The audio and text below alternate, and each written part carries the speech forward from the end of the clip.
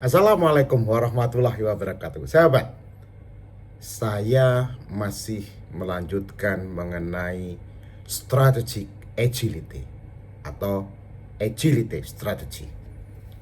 Strategic agility adalah cara kita untuk membangun kemampuan organisasi bisnis dengan melihat dan menjawab perubahan eksternal perusahaan atau lingkungan bisnis di mana bisnis beroperasi.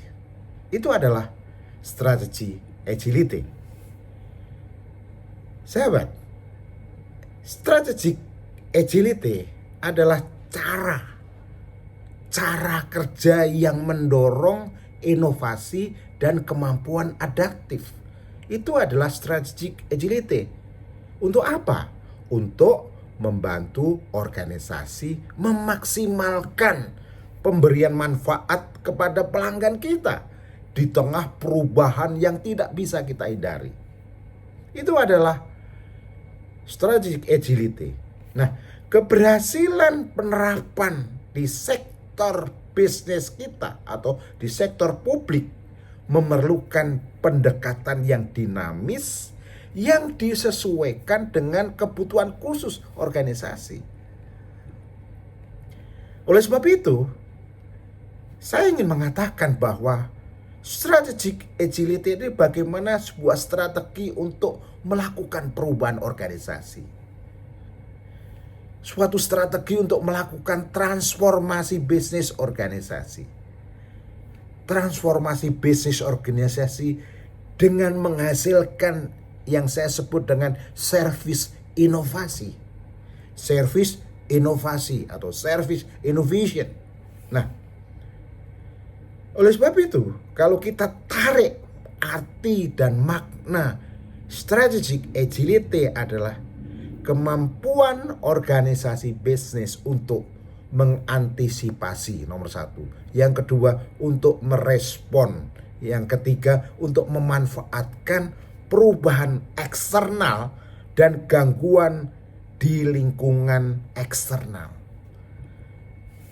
Oleh sebab itu, sahabat, tadi saya katakan bahwa keberhasilan penerapan strategic agility di organisasi bisnis ditentukan oleh sikap proaktif anggota tim di dalam organisasi. Ini menjadi fundamentalnya. Nah, sikap proaktif itu bahwa setiap orang di dalam tim bisnis kita, dia harus tahu bahwa dia tahu. Dia harus tahu bahwa dia tahu. Itulah sikap proaktif. Itulah sikap proaktif. Sikap proaktif seseorang di dalam anggota tim bahwa dia tahu bahwa dia tahu. Artinya apa? Dia mempunyai 4 syarat. Syarat pertama, setiap orang di dalam anggota tim Anda untuk bisa menerapkan strategic agility, syarat pertama adalah memiliki ilmu pengetahuan dan kemampuan kerja. Itu syarat pertama. Syarat kedua adalah anggota tim Anda itu mampu melakukan inovasi di dalam bekerja. Sehingga dia bisa melakukan implementasi daripada strategi yang telah disepakati dengan cara dia. Dengan fleksibilitas dia, dengan kecepatan dia, dengan cara dia beradaptasi untuk menjawab perubahan-perubahan di eksternal perusahaan Anda.